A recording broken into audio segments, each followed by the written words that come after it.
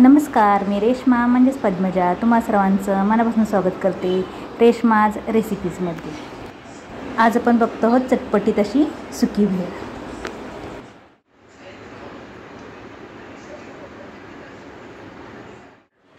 इथे मी 2 मोठ्या वाट्या कुरमुरे घेतलेले आहेत। याला कोल्हापूरमध्ये चिरमुरे असे म्हणतात, काही ठिकाणी याला मुरमुरे देखील म्हणतात।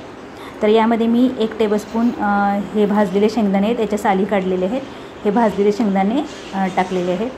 त्यानंतर इथे मी 1 टेबलस्पून आपले फुटाणे जे असतात त्याचे पण साली काढलेले आहेत, हे फुटाणे पण भाजलेले फुटाणे टाकलेले आहेत। त्यानंतर 2 टेबलस्पून मी ही खारी डाळ आहे, म्हणजेच मसाला चणा डाळ असते ती टाकलेली आहे।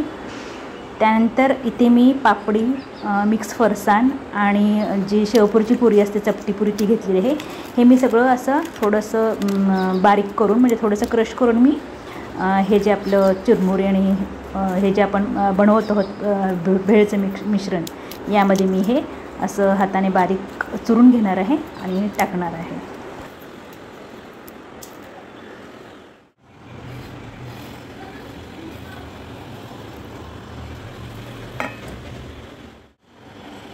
त्यानंतर इथे मी ही 1 टेबलस्पून तिखट शेव घेतलेली आहे, ती शेव पण टाकलेली आहे आणि हे व्यवस्थित असं मिक्स करून घ्यायचं आहे। व्यवस्थित असं हाताने हे एकदम असं मिक्स करून घ्या। आता बाउल थोडासा छोटा झालेला आहे म्हणून मी आता हे सगळं जे आहे ते मोठ्या बाउलमध्ये घेऊन छान असं हे मिक्स करून घेते। यामध्ये आता 3 ते 4 टेबलस्पून मी जी छोटीवाली बारीक एकदम पिवळी शेव असते ती शेव टाकलेली आहे आणि शेव टाकल्यानंतर परत छान असं आपण मिक्स करूया। त्यानंतर इथे एक छोटा साईजचा कांदा मी घेतला होता, तो कांदा मी यात कट करून घातलेला आहे। त्यानंतर अर्धा टमॅटो होता मिडियम साईजचा, तो टमॅटो मी असं कट करून घेतलेला आहे। आता यामध्ये ज्या वस्तू मी टाकलेल्या आहेत त्या वस्तूचं प्रमाण तुम्ही तुमच्या आवडीनुसार तुम्ही कमी जास्त करू शकता। तसंच यात मी एक हिरवी मिरची अशी बारीक कट करून टाकलेली आहे आणि थोडीशी कोथिंबीर देखील टाकलेली आहे। आता हे सगळं टाकल्यानंतर मी छान असं व्यवस्थित हे मिक्स करून घेणार आहे।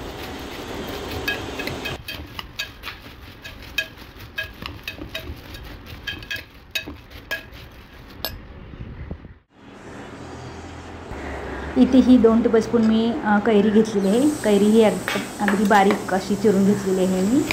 असे हे बारीक चौकोनी तुकडे मी कैरीचे टाकलेले आहेत, हे पण छान असं मिक्स करून घ्या।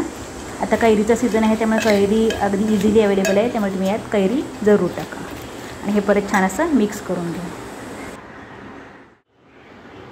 त्यानंतर यात मी 1/2 टीस्पून मिरची पावडर टाकलेली आहे आणि पाव टीस्पून मी यात चाट मसाला टाकलेला आहे। चाट मसाल्याऐवजी तुम्ही यात आमचूर पावडर पण टाकू शकता किंवा चाट मसाला आणि आमचूर पावडर जर तुम्हाला टाकायची नसेल तर तुम्ही यात एक अर्धा लिंबू पिळून टाकू शकता।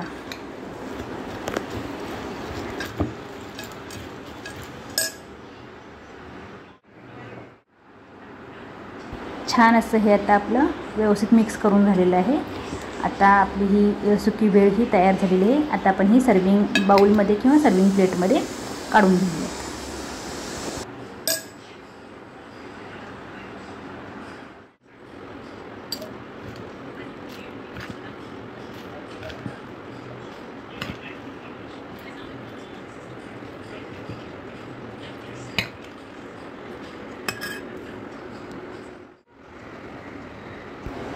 आता वरून थोडं आपण गार्निशिंगसाठी परत पिवळी शेव टाकणार आहोत।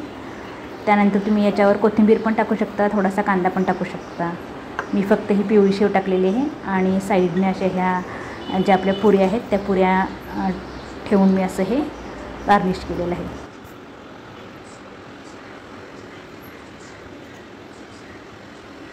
तर अशी ही अतिशय झटपट अशी पटकन चटपटीत अशी आपली ही सुकी भेळ तयार झालेली आहे। आता मुलांना सुट्ट्या लागतील, मुलांच्या परीक्षा संपल्यानंतर आणि मुलं काही ना काही डिमांड करतील स्नॅक्ससाठी, तर त्यावेळेस तुम्ही ही अशी सुकी भेळ मुलांना बनवून देऊ शकता।